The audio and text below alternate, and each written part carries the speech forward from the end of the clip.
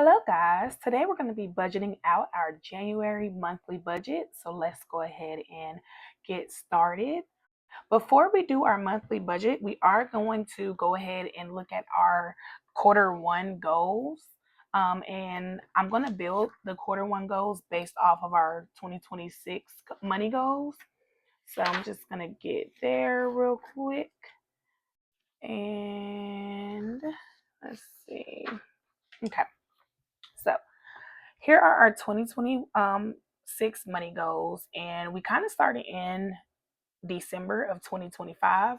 So I'm kind of just coming back and marking off things. I did go ahead and add these little parts in for vacation because I want to track two things. I want to track us paying for the vacation, and I want to track us having our spending money saved and ready to go for when we get there.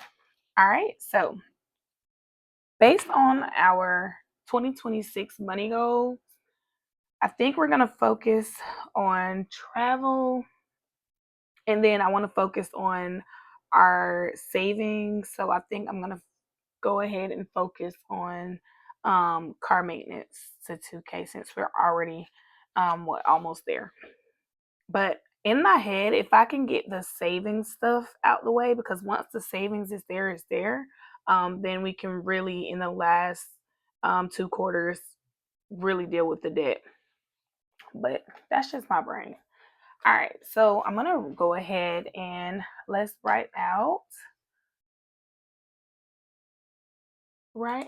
our quarter one goals. So quarter one goals. So we're gonna keep it simple. We're gonna focus on just 3 goals. So I'm gonna just pull this back open because I do think I might need to flip. So the first one, let's do since we're at number 2, let's do car maintenance to 2K. So our first quarter one goal is going to be to get car maintenance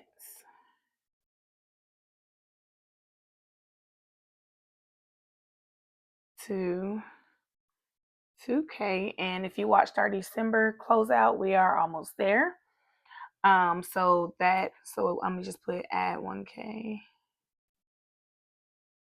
And then our second goal is going to be to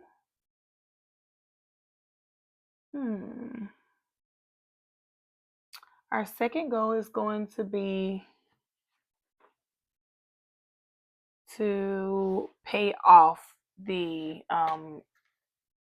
vacation or the travel. So let's put pay off travel.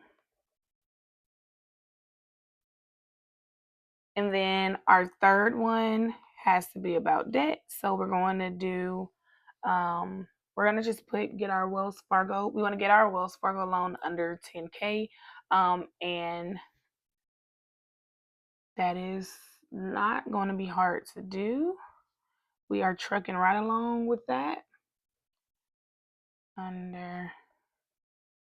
But I think for January, once I get these two done, then all the extra money can just go to that Wells Fargo loan, even if we're way under 10K. So let's see what we can do. All right. January monthly budget. All right. So for January, we do have 3 pay periods. So let's go ahead and start with our income. We are planning to bring in $7,323. I know for a fact that my income might go down a little bit. So we're kind of planning for that because we upped our medical insurance after that situation from June of 2025. And then we changed over my husband's dental, vision, all of that over to my um not my providers, but yeah, you know, you know what I'm saying. We switched all that over so it's just on one income instead of having both of us doing that. All right. So we're going to start with our bills. And our bills are our fixed things. We do have a few things going on. So we have rent, and I don't know. Our rent is supposed to, we got a renewal. It was like, I don't remember if it was $30 cheaper or maybe it was like 20 something. Excuse me. Maybe it was like 20 something, but I'm just going to plan for the same amount. And then once we get our actual bill, then we'll edit that. But I am hoping that I read that right. And then our car insurance, we do have to pay $220. And then our phone bills, $82. We're going to plan, our lights have been significantly low. So we're going to plan for our light bill to be $150. And then our Wi-Fi is fixed at $132. And this promotion ends in March. So right at the end of quarter 1. And then we're going to put in travel since that's one of our goals, but I'm going to probably come back to that. And then we're going to invest our 150. And then our subs are 204 because Planet Fitness has the $50 annual fee and it comes out on January 1st. So that is why that is higher than usual. All right, so we've got that. Now let's go ahead and let's do our binders over on this side because I can't calculate that yet until I figure out what we're going to do. So our binders, we're going to start with our living binder. It is going to be $850. And then our safety binder, so that one is for car maintenance, but I'm going to come back to that one as well. Our mystery binder. So we're just kind of listing things out right now because I just want to see what we can do. And then our debt, we'll just do that here. And I know I just went totally out of order, but our Wells Fargo loan. So I do know no matter what, we're going to put $1,000 to that Wells Fargo loan. And then our student loans, $288. And then our credit card, we're going to do $173. We're paying off a Ross and a Walmart charge. And then our spending. So because we have 3 pay periods, our spending is going to be $883 instead of its usual $600. All right. And so now let's see what we can do to travel, safety, and mystery. We can go ahead and calculate the debt one all the way up because I know that one is good to go. So 1,000 plus 288 plus 173. Our debt category is $1,461. Okay. So let's go ahead and see what we have left over after all of these expenses so we can get those totals put in. All right, so we have $7,323 for income, our rent, and then car insurance. Then we have helium, 150, 132, 150, 204. And then we'll do the spinning, 883. minus 850 minus 1461.